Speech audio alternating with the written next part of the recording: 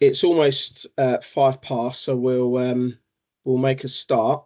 Thanks everyone, firstly, for coming along to this, which I think from where's the first time that we've done a collaborative webinar like this across so many county FAs in the southeast. So yeah, really great to see so many people on the call who are keen to develop their pitches.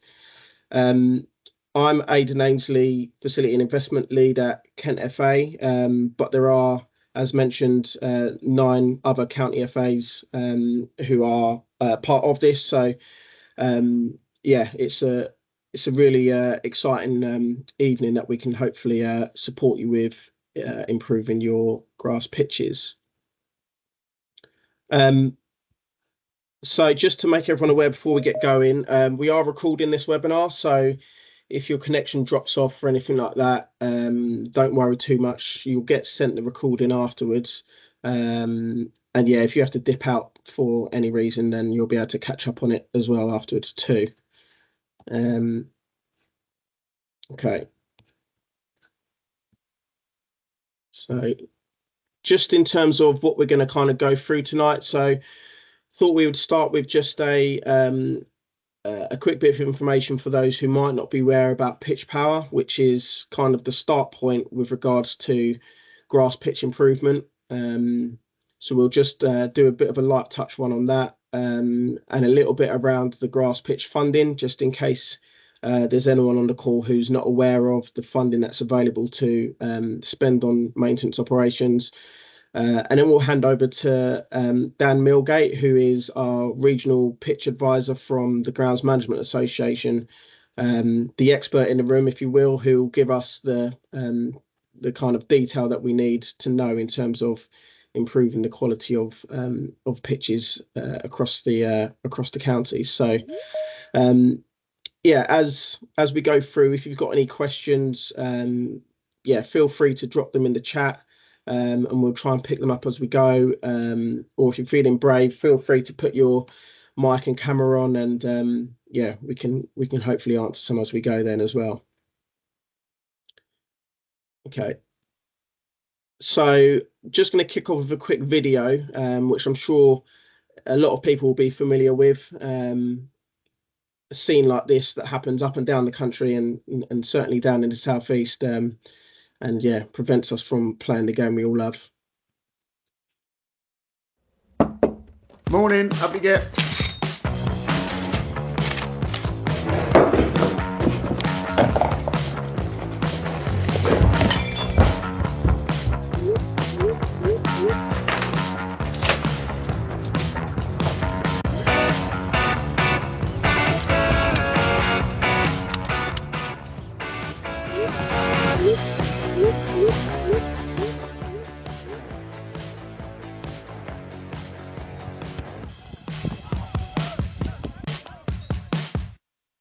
Now, I'm sure that's a pretty familiar sign. Oops, skip through there. Morning.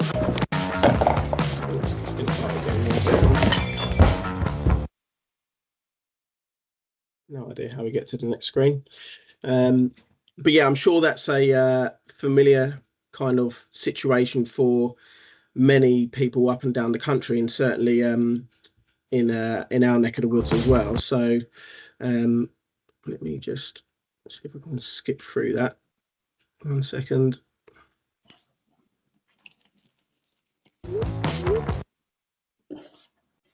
How do I get to the next slide? Right, let's try this. There we go. So yeah, in terms of why we're kind of here this evening, this is all part of the grass pitch revolution. So what we're trying to do, we're trying to improve the quality of grass pitches that are used up and down the country. So we know that the majority of football games take place on grass pitches as opposed to 3G pitches. But unfortunately, over 150,000 of those games get cancelled every season due to poor pitch quality. So what's been happening over the last few years is the Football Foundation have partnered with the FA, the county FAs and the Grounds Management Association to try and improve the quality of pitches across the country. to ensure that hopefully by 2030 we've got 20,000 good quality grass pitches to enjoy. We've currently got almost 9,000, which is a big improvement from where we were when the program started, but we've got around 35,000 in total across the country. So we've still got a lot of work to do, and hopefully we can work with all of yourselves to try and get to as many good quality grass pitches as we possibly can. So as I mentioned at the start, it all kind of kicks off with Pitch Power. So Pitch Power is an app that's been developed by the Football Foundation to support site owners and site users with submitting data about their pitches to the Grounds Management Association, who will then provide a bespoke report, which basically gives you the detail that you need to know in terms of improving your pitches. So roll back before Pitch Power existed, the regional pitch advisors, and Dan Milgate is one of them, would be going out to sites and doing all of these assessments. But as I kind of mentioned, 35,000 pitches across the country and a handful of regional pitch advisors, it's not possible for them to be able to cover all of it. So this innovative app was developed a couple of years ago, and has now meant that the volume of pitches that are able to be assessed and therefore the right recommendations suggested for them has gone through the roof. So it's been a really fantastic tool to bring into the program. So you can find Pitch Power by visiting the website www.pitchpower.org.uk. If you go to your phone's app store, you won't find it there. So you need to go via the web link. But the first time you access it, you should get a message asking you if you want to add it to your home screen. If you click yes, then it will sit in your phone and behave like a normal app would. So you can access it at a click of a button. So as I mentioned, the report, so this is the front cover of what one would look like. So it comes through automatically, usually within a couple of weeks of the report being submitted, sometimes a little bit longer at the busy periods. And that report will include information about the standard of the pitches on your site, the technical measures, so things like the height of the grass, the amount of grass coverage, the weed coverage, and then various recommendations around the maintenance operations that will improve the quality of your pitches. You may also find that there's some recommendations for the purchase of machinery as well, and the Football Foundation have got funding to support both machinery and their maintenance as well.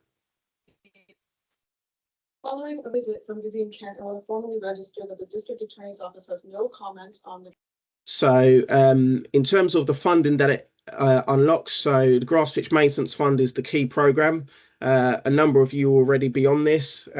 So it's a 6-year tapered fund where there's up to £12,800 available per pitch.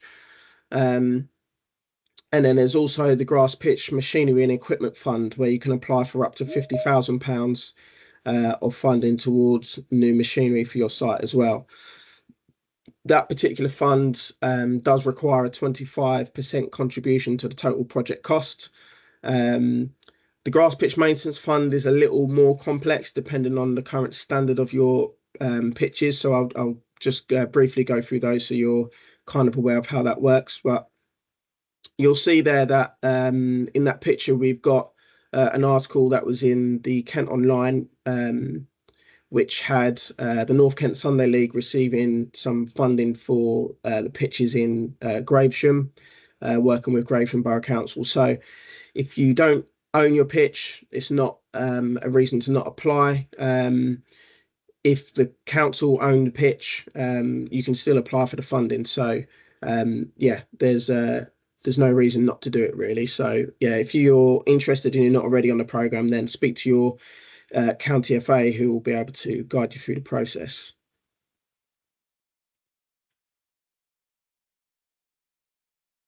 So in terms of the Grass Pitch Maintenance Fund, so as mentioned, you can get up to £12,800 per pitch across a 6-year period.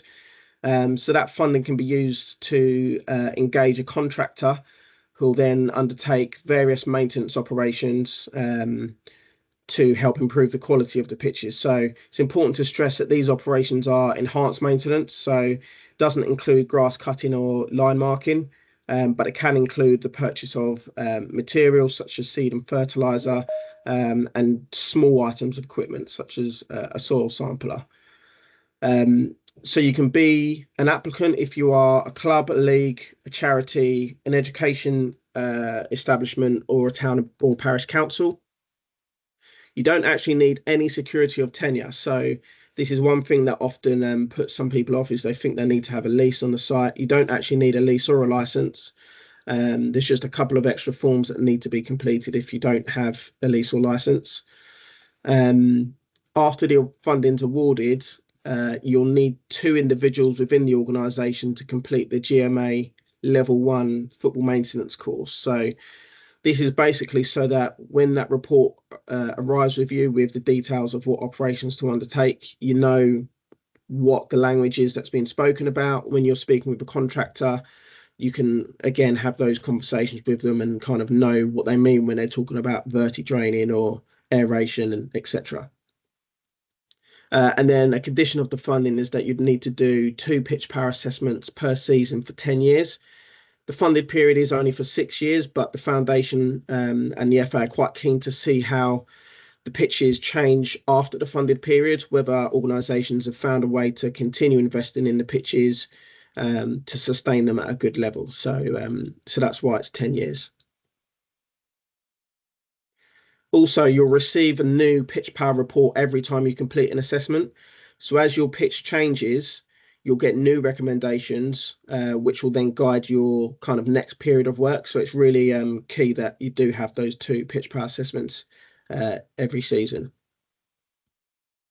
So this is just how the funding breaks down. So this example is an 11v11 pitch that was originally graded as basic, and a 9v9 pitch that was originally graded as good. So you can see in the table just the different amounts of funding that you can get based on the pitch size and the standard of the pitch, and how that then looks in terms of the total grant. So then how that would then play out in terms of that one basic pitch across the 6 years. So we said it's 12,800 for the total 6 years, but you get 3,200 in the first 2 seasons, and there's no applicant contribution that's required, so that funding will get paid up front. From year 3, it then becomes a reimbursement grant, so you'll see the total project cost is still 3,200 each season. So in year 3, they'd expect you to pay for that money up front yourselves, and then you would then be able to claim back the 2,133 at the end of that period, meaning that your applicant contribution is 1,066. So something to bear in mind if you are getting onto this program is in the first 2 years, it's worth building up a chunk of money so that you're ready to pay the year 3 funds up front. So yeah, that's a bit of advice that we would give on that one. So it changes slightly if you've got a pitch that's originally been graded as good. So there's no applicant contribution that's required for a pitch that's graded as good. So so you'll see obviously it's a lesser amount in terms of how much funding you get, and that's partly because it's a 9v9 pitch, but also because you'll get less funding if it's a good pitch. But if your pitches are already good, there's still funding available for you, so don't let that put you off either. So when that's then combined, you'll see how that then looks when you've got the 2 pitches on the site, and how that kind of breaks down across the 6 years into a £15,000 grant. So definitely one to have a good look at. And if you're not already on the programme, get in touch with your county FA, who will support you through the process. And then last bit I'm just going to go through before we hand over to Dan is we've got the Hive groundskeepers community. So obviously we've got a lot of people on the call here this evening, and a lot of you are all dealing with similar issues. A lot of the questions that came through when you all signed up were related to wormcasts. this groundskeepers community is all about sharing that knowledge and solutions. So if someone's found out a way of dealing with worm casts in the wet, then and someone asked a question on there, then that's a way you might be able to find a solution from a fellow groundskeeper as well. So on there is Football Foundation staff, FA and County FA staff, as well as the Grounds Management Association providing that kind of expert advice as well. And there's even Wembley's head groundsman, Carl Standley, who is pretty engaging on there and will offer advice when people are asking about different tips and hints on what they can do to solve certain groundskeeping issues. So to access it, just visit footballfoundation.hivelearning.com. Some of the counties have got their own group on there as well, so it's worth having a little look to see if your county's got a group on there and joining that one as well. If not, then the wider community has got loads of resources in there, as well as various people that are providing support and advice as well.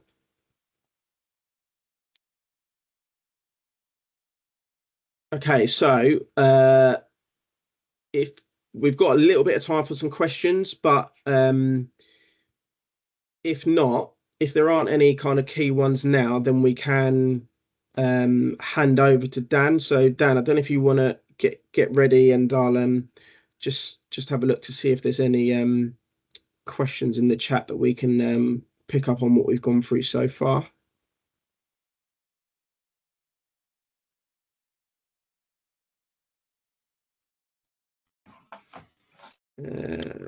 Any questions from anybody? I think there's one here down from Ryan. I think it's from Sussex FA.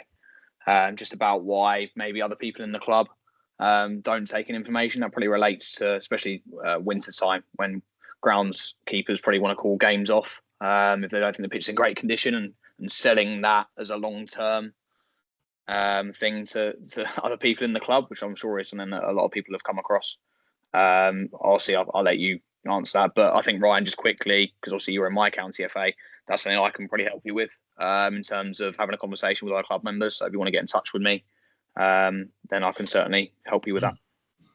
It's definitely a universal issue, Ryan. I guess it comes down to the amount of experience you might have, really, is the answer I can give you. If you're a very experienced groundsman, not a volunteer, say, and you've been in the job a long time, then people are more likely to perhaps listen to the advice you're giving. I guess that's what it boils down to. It shouldn't do, because you're the boots on the ground at the time. All I can say is that you should really stress that in the FA Charter, there is a section that make sure that players and officials get to the ground safely, say in adverse weather conditions. That's one thing, and get home safely. The other section is really around what effort and money will it cost to repair a ground after usage in inclement conditions. And if it's going to go way and above what the budget is set aside for weekly maintenance, then that game should really be called off just on that basis alone. So it's one, trying to get people to listen to what you say, but it's also having the right information to back it up in a sort of document, perhaps from the FA. But it is in the playing conditions in the FA Charter, all of those things. So you can always point to that.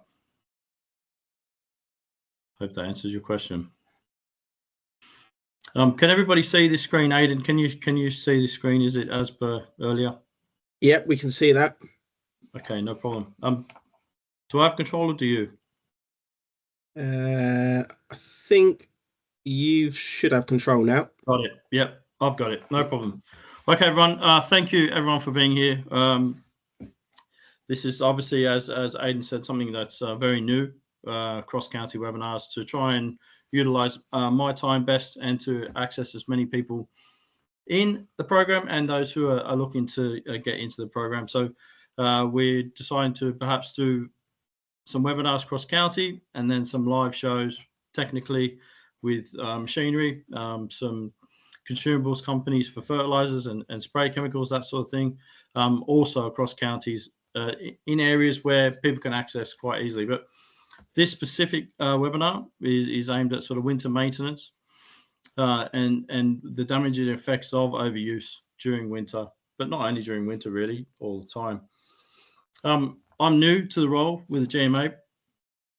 Here's a little bit about me. It's pretty boring, but I've spent 17 years within professional sports surf management across multiple sports, and I've volunteered at major events just to gain more experience of what that looks like. I've worked with some of the biggest names in the industry and basically sponged as much information as I could from them, so that when the information I have to give to others, apprentices or volunteer groundsmen, or groundsmen working in the not professional sports, the information I'm giving them is well backed. I'm also a father to three amazing sons, so my time is very limited with them. So I'm trying to make best of my time at work. As you can see, I'm well qualified to provide any advice and answer any questions that you might have. That's enough about me. And I work for the GMA, but who is the GMA? Well, we're a not-for-profit membership organisation, and we're also the UK's leading industry body for the sports, surf and grounds care sector.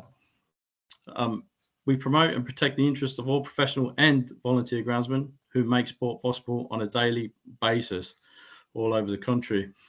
We're advocates for the grounds profession, and we try to help build a sustainable, skilled talent pipeline. And that also includes the courses that we offer on our website for basic level entry groundsmanship all the way through to professional.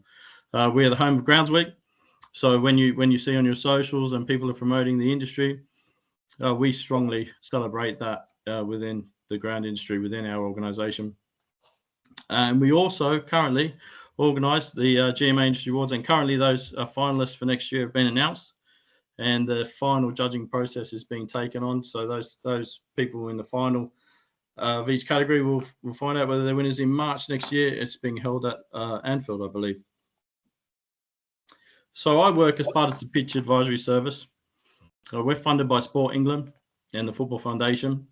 And we don't only work in football, we also work in cricket, the Rugby Football League and the RFU. And we're enhancing, as I said earlier, about the education and training for volunteers and professionals. We facilitate the access to special equipment for funding schemes, and we provide an enhanced network of support to all groundsmen from volunteers to professionals.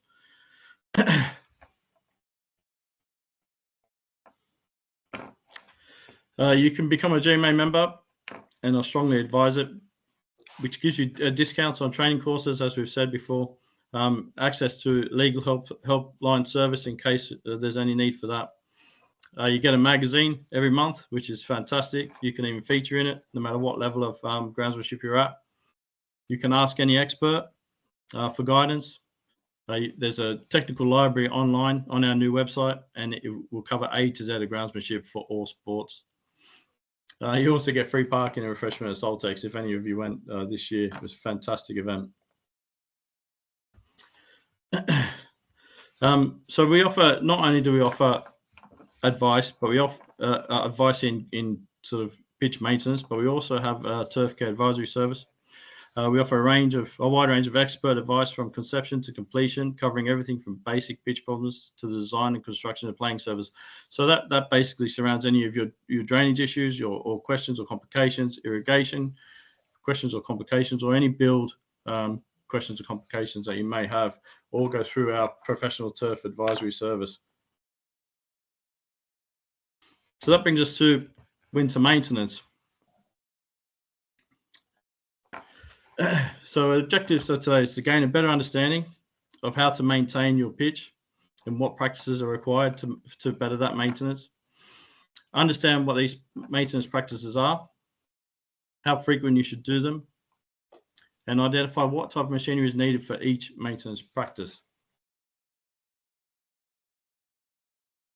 So typical maintenance practices all year round include mowing, line marking, aeration or slitting, decompaction, surface grooming, fertilizer applications, goal mouth repairs, pitch repairs, overseeding and drainage system maintenance. These practices take place all year, obviously, but let's focus on the ones that we should be doing and when we should be doing in winter. Mowing. Now, mowing slows down through the winter, but still, regular mowing helps maintain the grass at optimal height. It promotes even growth and prevents the spread of weeds, which improves overall playability. The more leaf that you have, the more water you conserve within the plant. So we recommend that the height be kept at 30 to 40 mil through winter months. And in summer, you could have that at that same height, which means you'd be holding water more efficiently within the plant, which means that you'd be irrigating less through summer periods. But the reason for this is then in winter, you develop a deeper root system, which allows the grass to be deeper in the soil. It also helps with pest control. So a lot of you are always having a problem with worm casts. Regular mowing or regular surface movement sort of prevents worm casting and any fungal diseases from appearing. This is especially during autumn and winter. I'm sure, like I said, you're having a lot of that at the moment. It's more aesthetically pleasing if we have the stripes in the grass, and it's great for your mental health. I think you would all agree that, you know, being down at the football pitches is where your happy place is.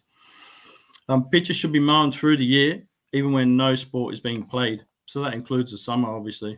But leaving pitches to grow long when not in use can have real detrimental effects. Again, in-season cutting height is 30 to 40 mil, and regular grooming or brushing before cutting will help disperse any dew, which is disease preventing, but also in the right conditions will help disperse worm casts. A real important note, and I have a few Dan's top tips through the slides, but it's to regularly change the direction of your cut, and this will reduce any napping and help the plant stand up after play. So during play, the plant is laid down all different directions, and if you're constantly pushing the plant one way when you're cutting, you won't stand up those grasses that are pushed the opposite direction to where you're cutting. Now we're on to line marking, and so they should be obviously clear and visible, marked at appropriate dimensions, marked within suitable line marking paint, never burnt in with herbicide, and we mean never. Be as straight as you possibly can get it. I know we all get sort of comments, oh, the lines may be a little crooked today, but just be as straight as you possibly can. Do it regularly. So utilize your machinery flow rates. So if you're over marking, it can be cost effective if you're doing it at half rate. So you're using less paint than, say, if you've let your lines fade out and you're using more paint than you need to. It will make marking easier on match day if you're regularly mowing. So if you have to mow during the week, you're expecting a lot of rain, mow during the week at sort of half or a quarter rate, and then that will make your time easier on the weekend. A good tip, especially during the growing season, is to add a capful per pitch, per pot of a plant growth retardant to your paint. So what this will do is wherever you lay a line down, it will also lay a small coating of retardant to slow the growth of the plant. And so basically during growing season, the plant grows a lot and your lines are cutting out every time you go and cut. So you're losing your lines a lot. If you just slow that growth down, especially when you're feeding, you'll be able to hold on to your lines a little bit longer. And again, we don't want to see this picture on the right. No burnt in line marking is really dangerous. And some of the examples that we have of line markers, so we have the wheel-to-wheel system or a spray line marker. You'll get recommendations in a pitch power report that you have a wheel-to-wheel as a backup, and ideally be using a cost-effective, environmentally friendly spray marker, and which you can get funding for. So we move on to decompaction, and I guess now we're moving into a period for decompaction where it's not going to be possible because we've missed the window or contractors weren't able to get out to us. But decompaction, we see two pictures here on the left and right. One you can see a really controlled thatch layer. Have we just missed it? Sorry. So we're talking about thatch in this picture. On the left, we see a nice decompacted soil sample, minimal thatch layer at the top, and you can really see how evident on the right-hand side, really compact soil, a big thatch like a toupee on top of the compacted soil.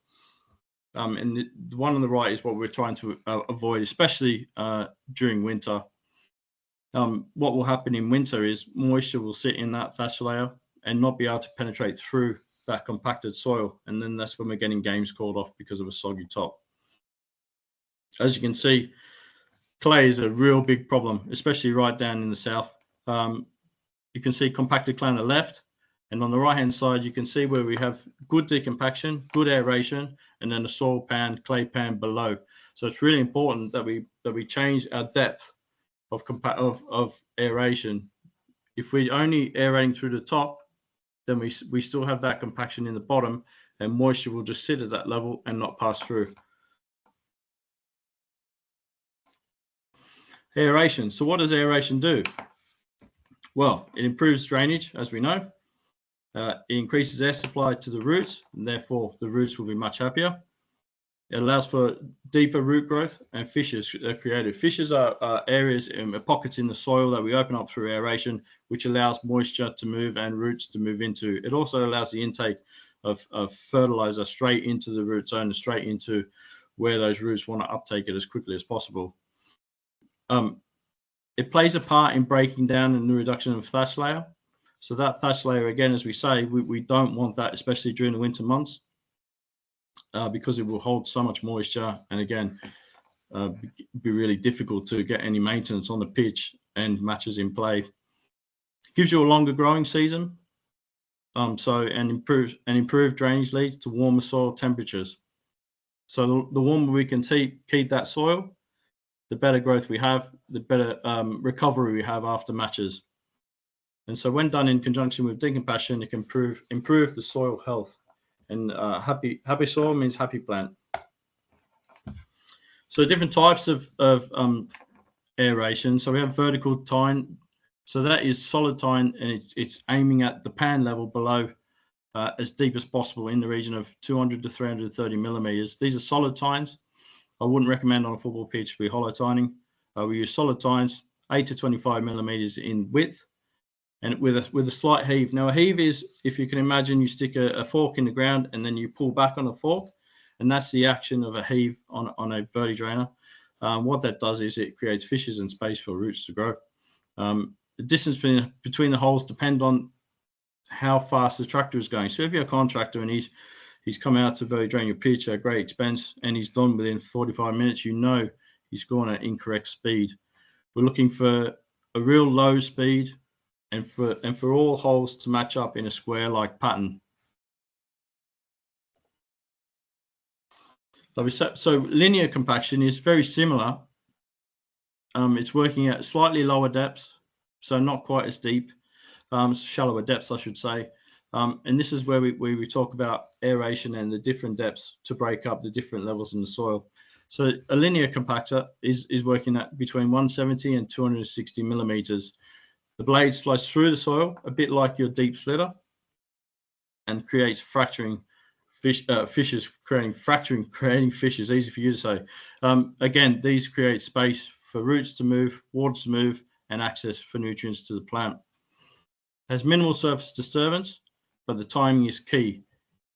If we're doing this sort of compaction during the summer, you're likely to open up the profile and have big gaps in your profile. This is an autumn, winter maintenance operation, and should be done when soil conditions suit. As you can see, some of the different types of aeration products that are on the market. A pedestrian one is the top left, that's a Toro Procore. You'll see a lot of professional grounds teams and golf clubs use these regularly on the greens or stay in pitches. These types of machines can be used nearly all year round and create minimal disturbance and just literally poke the top 100 mils sort of thing. And then you have your deep slitters, which I'm sure you all know about. And these are slicing through and just creating areas for water to move through. It's a year-long maintenance practice, aeration. It's not just once a year or twice a year or when you think, oh, damn, we need to get it done. It needs to be organized and thought about really carefully.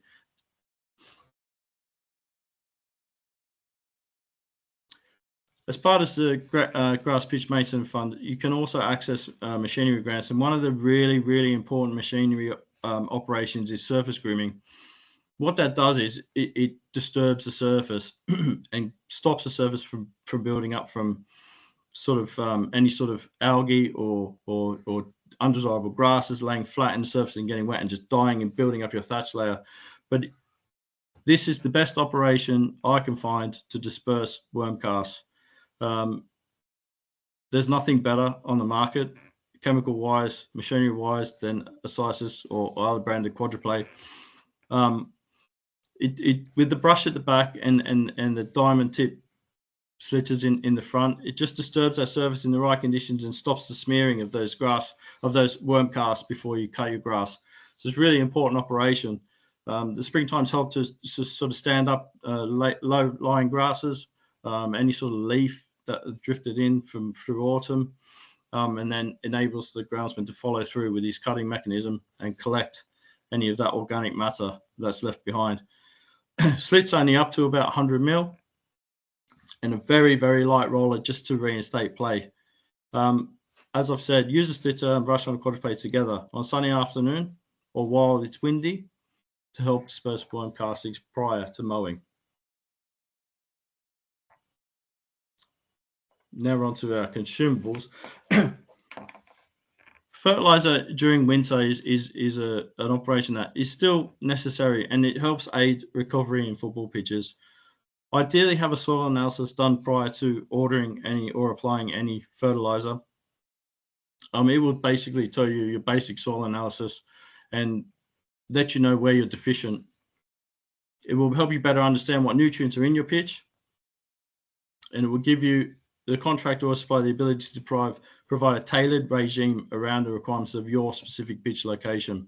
And all soils are different, and all soils have too high one element or too low another element. So it's really, really important, I can't stress that enough, to make sure you get a soil analysis first. But during winter, fertilizer with a high phosphorus content will help enhance your root structure. So again, it has a structure on your fertilizer bag is NPK, and that's your nitrogen, phosphorus, and potassium. So we're looking for that middle P figure to be higher than the rest of the other figures on the bag. Will help your root structure and density alongside any aeration maintenance. So basically, aerate, then feed your pitches. That's the kind of process you should be undertaking. Some brands available, readily available. Fertilizers all have been used in professional, I guess, other than paddock feed, but all have been used in professional stadia all across the country. So we're after probably a slow release fertilizer, and that hands experience has shown that where funds may be limited, applications in the spring once growth commences, and again in the autumn before the colder months are the best value for money. So that basically means we want to be getting that nutrient into the ground prior to really hot weather and before any really cold weather, and it will give the plant the best opportunity to uptake that nutrient. These types of fertilizers are coated and provide a slow drip feed of nutrients, avoiding excessive growth, which is not what you want in winter and autumn, which in the autumn months is susceptible to disease. But it encourages root and shoot development, avoiding the common difficulty of increasing mowing regimes to keep up with the pace of growth, even for a confined period of time. Something we're probably doing at the minute on a weekly basis is goal mouth repairs, and they're really important for playability. If conditions allow, as a minimum, sand and seed any bare and undulated areas of the pitch, particularly goal mouths and penalty and centre spots. So what that means is even though we're in a cold snap at the minute, next week might be a bit warmer. If we're laying down some seed, addressing over the top, play afterwards, those players are running that seed into the ground. That's absolutely perfect. That seed's in the ground, ready, waiting for some warmer weather. Make sure that your top dressing should be compatible with whatever the existing indigenous soil is. Soft builder sand, beach sand, play sand, riverbed sand is not recommended, as these types of sands do not have the correct drainage characteristics for natural turf sport pitches. We recommend you use a medium or medium to coarse grade sport sand. To get really technical, the best type of sand you could be looking for is something that's subacute angled. So if you look at the sand under a microscope, you're looking at sand that has all different angles. If you picture it when you go to the beach, the closer you get to the water, the more compact the sand is. And so therefore that sand is rounded and sticking together like glue. What we're looking for is, again, as we are in the soil, looking for little sort of avenues for water to flow through. So that's where subacute angled sand really comes in handy. If the top dressing is poor quality, it may change the soil pH and stunt grass growth, and they'll send you backwards. So a top tip, use a fork to aerate and heave as per what you would do with a vertidrain. Any compacted goalmouths and high traffic areas. Avoid any foam rollers, the ones that collect all the water and move water away from the surface. Avoid any of them, any heavy rolling to flatten these surfaces to get them back playable. The best way to get these surfaces back playable is to get some air in the ground and get the water back moving through the profile. Again, building sand. They're typically mined from a riverbed, a lake, or a stream. It's very fine. Sharp sand is very coarse. Sharp sand is actually rock that's crushed. It's absolutely not ideal for football pitches. They do not usually contain the right mixture of grain size. As I've said, we want this subacute or different angled sand so the water can move through the profile much more easily. And that's my big top tip. Make sure that you use the right type of sand. You could be doing more damage just by dressing overseed than doing nothing. So a quick little graph here shows you the optimal times for ryegrass is what we're really looking for. Optimal sort of sowing windows for ryegrass between March and November. Saying that, December and January are getting much more milder. So my advice would be to chicken feed high wear areas of seed, and again, dress with the right appropriate sand. And you should still see some chitting even through December and January. Some different types of brands of seed that you can get hold of, all very good. Make sure you're obtaining the correct cultivar for your pitch. Those of you who are lucky enough, ensure that your drainage systems are functioning.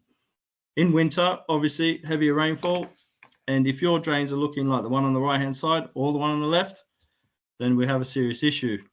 You could rod your drains. I don't recommend it because the drains are made of a real soft plastic, and if you pierce that plastic, as you can see on the right-hand side, you're allowing for a silt, clay, and rocks, whatever, to filter into that system. Best way to find out whether your system is flowing is just to check the end pipes, make sure water's flowing out. If not, have a survey taken and give someone professional to come out and have a look for you. What not to do. So on the right-hand side, we can see a football club who've had some maintenance operations done. Maybe they got hold of their maintenance contractor too late. Perhaps they couldn't have an opportunity prior to that to get their maintenance contractor on, and he's just come and done the work. But you can see by that picture that having something that you think is correct on your pitch, a correct maintenance operation on your pitch, and an incorrect timing is really, really unbeneficial for your surface.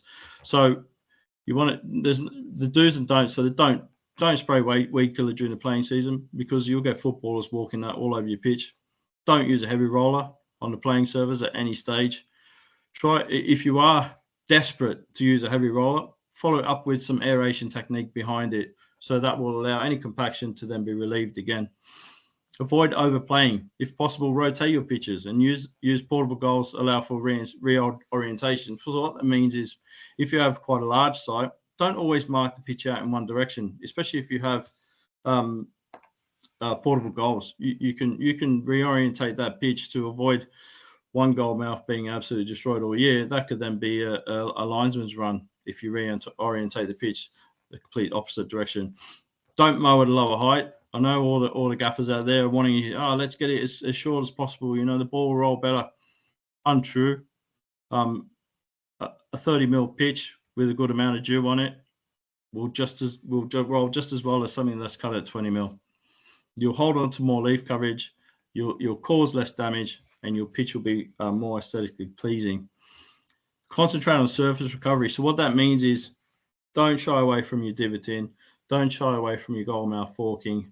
especially during winter. Don't shy away from your overseeding and sand spreading sort of maintenance, and make sure that your surface recovery is being done in a timely manner. So if you've got a match on a Saturday and Sunday, Monday, we want to get that fork out there. We want to be replacing any big divots and reinstating that surface ready for play for whenever the next fixture might be. So sometimes less machinery and more physical approaches to maintenance are key. As you can see, the picture on the right hand side, someone's put some heavy machinery on that pitch, and I guess in the forefront of that picture looks quite a wet area, and perhaps maybe a fork in hand may have just done that job just as good as that, more than likely better than that heavy machinery. And always remember, sometimes the less you do in wrong conditions is the best thing you can do. Less is sometimes best. So pitch usage and overusage is a big talking point at the minute. We have more teams in the UK than ever playing football. We have more demographics playing football, and we have the same amount of space. So basically, pitches are being used far too much. And I guess what we don't want is to return to the good old days, because the good old days are a long way past us. I'm sure some of the pitches, perhaps maybe not on the left, but on the right, resonate with some of you, football pitches in the past. And that's not what we're looking for with regards to football pitches for our kids and for adults these days. We're after something so much better. And as you can see, the picture at the top is actually a club that's on the Football Foundation funding list. They are currently under GPMF. They currently have machinery funding, and you can see the condition of that pitch is fantastic. And with no overusage, they'll continue to be that case. So a football pitch, why is overusage? So a football pitch is considered overused if the hours on that one specific pitch on any one site is between 4 to 6 hours in any 1 week. Overusage could also include any recreational usage. So if your site's open to recreational usage, those hours are included in that. So you can see how much damage can be done really easily, even if you're only using it within the club 2 or 3 hours a week. If it's open to the kids coming down and sending one goal mouth, then that's really included in your overusage. So overusage is usage that is in excess of what the pitch can cope. So if conditions are not ideal, the surface is deteriorating rapidly under the current usage. So if you can see a pitch that's 2 hours a week usage, but continually rapidly disappearing in front of your eyes, then that pitch can't cope with 2 hours or more per week. So basically the information is to take a pitch by pitch basis. It's not a broad one rule for all. It's what your site can take. If you're heavy clay, you've had heavy rainfall for 3 weeks, then you're not going to get 4 to 6 hours play a week, are you? So it's really identifying how much play and how much usage your pitch can take, and then attributing that to that pitch, and perhaps taking that pitch out of rotation so that it can recover. So with a site with multiple pitches, the usage is not being rotated enough between the pitches, and the site and certain use of so it being used more than others. So on a site, one pitch is really grand, and all the coaches, they really like using that pitch. That's their favorite pitch. It's their lucky pitch. They've not lost a game because they're using that pitch, whichever. That pitch is now under overusage measures, even though the rest of the site is well managed.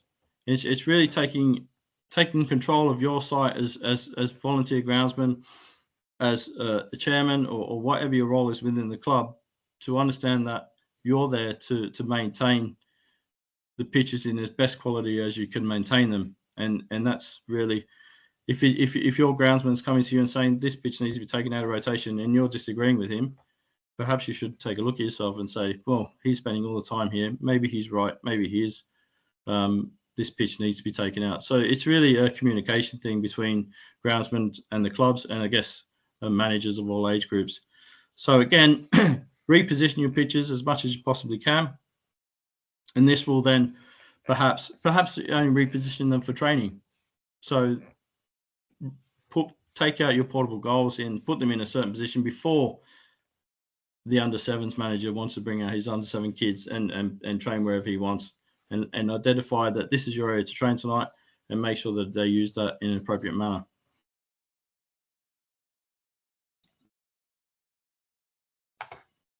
Again, we've talked about pitch power. Aidan did a lovely job of that earlier, so I won't talk much about that. But please, if you're not on pitch power, contact your county FA and get on pitch power, and let's get pitches back in play and back playable and in better position than what they are now. So that's all from me. Hopefully some of that was helpful. If you have any questions, please put your hand up within the group, and we can answer any questions that you like.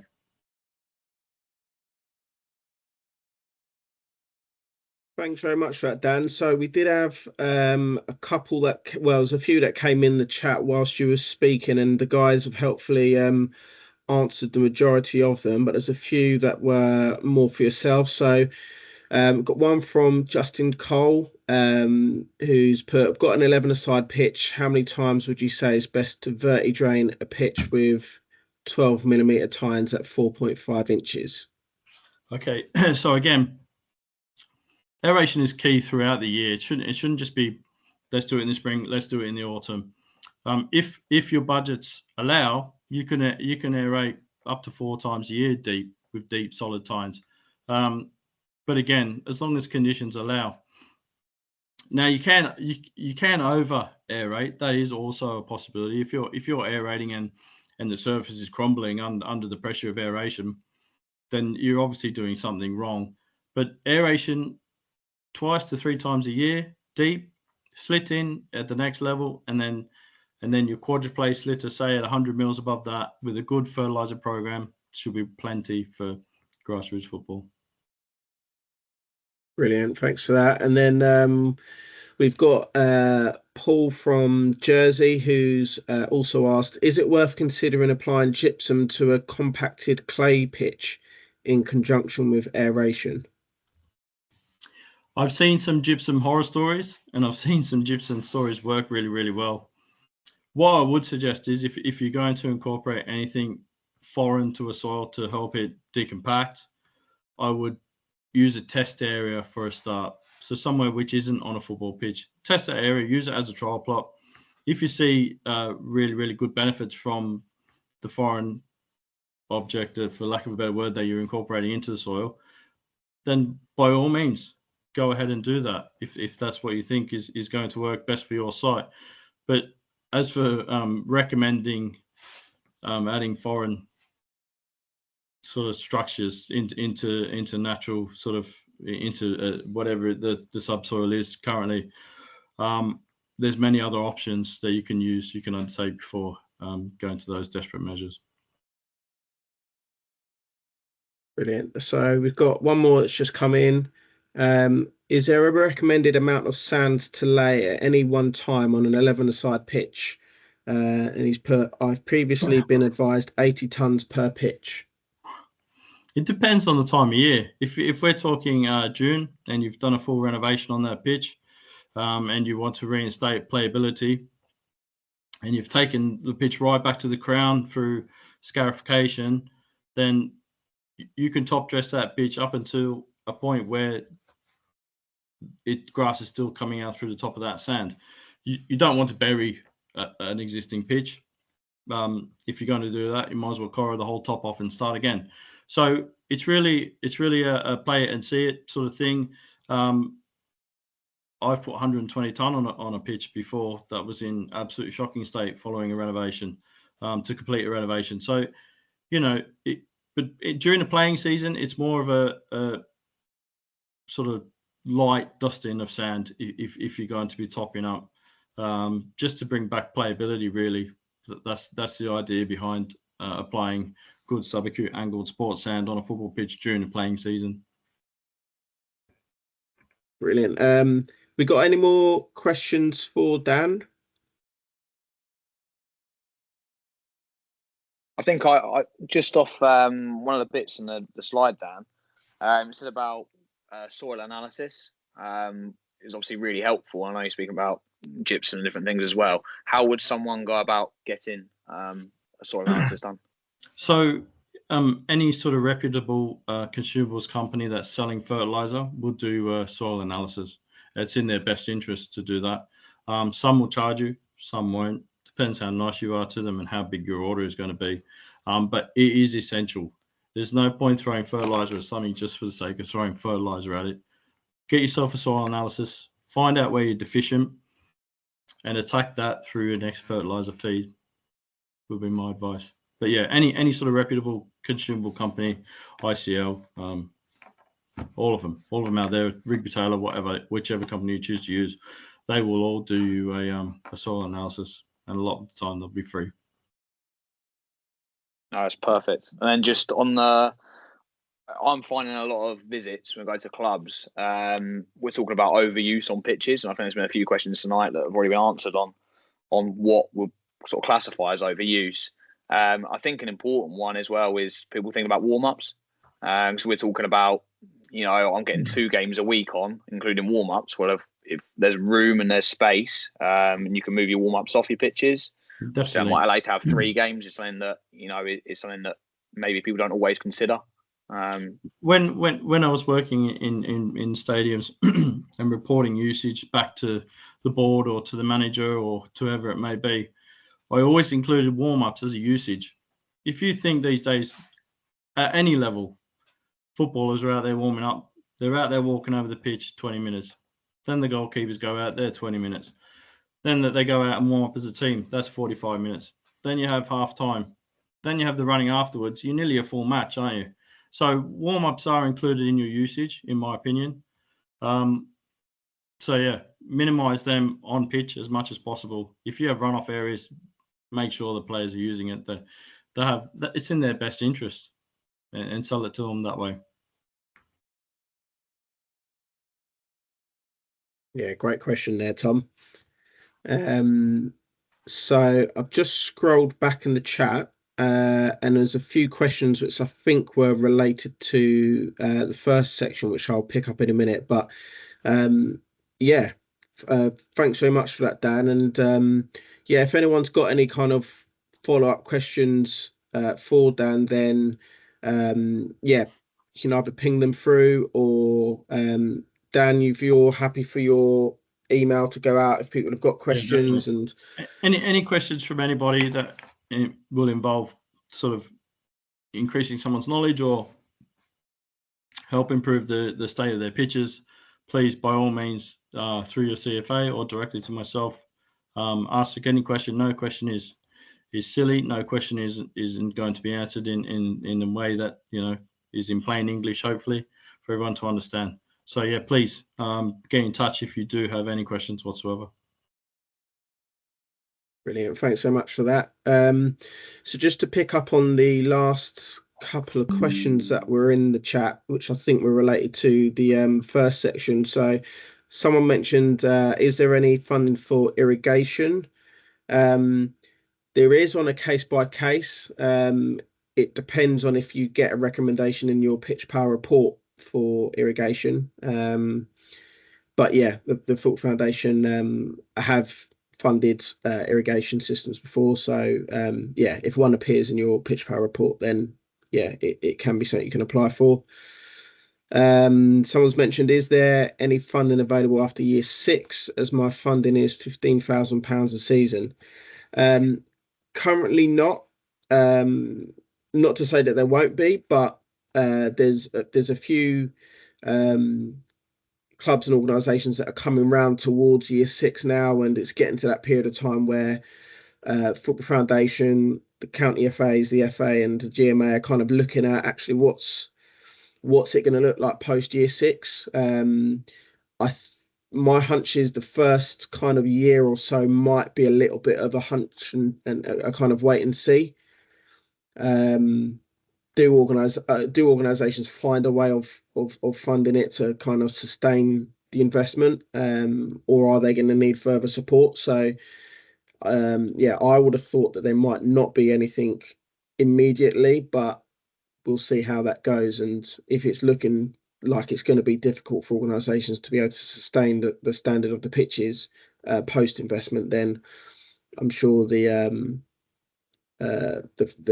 partners will all look at it again and try and come up with something that could be a bit of a longer term solution. I think that was the last kind of question on that section. So hopefully we've answered all the ones that were kind of mentioned. So just to kind of wrap up then, so in terms of next steps, if you've got kind of further support that you need, be it on getting started with Pitch Power, applying for the funding, getting hold of Dan if you want to have a site visit, then contact your County FA lead for grass pitches.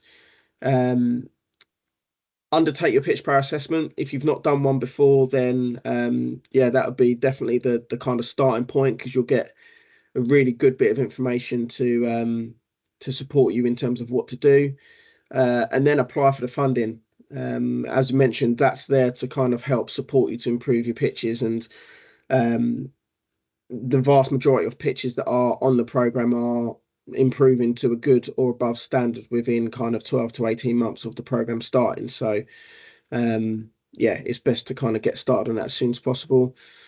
And then lastly, if you haven't already, do join the groundskeeping community, the Hive. It's a free resource, and yeah, you can get some really helpful tips which can that can help you with what you're doing, and connect you with people who are facing some of the same challenges as yourself. So I think that's pretty much it. So just to whiz round, I don't know if any of the County FA staff have got any bits they wanted to add, or Dan, if you've got any final bits to mention. Really, from my point of view, is utilize what is available to you. Don't sit back and struggle or have a question and not know an answer to it. Utilize the structure that's in place. And like I said, no question's a dumb question. Ask them all. Couldn't agree more with that. Brilliant. Okay, well, yeah, thanks very much everyone for your time, and hopefully you've all found that useful. We will get this recording sent out to everyone as well, so if you need to get a recap on any of it, you can do. But yeah, we'll look forward to seeing you at the next one soon. Thanks, everyone. Thanks so much all.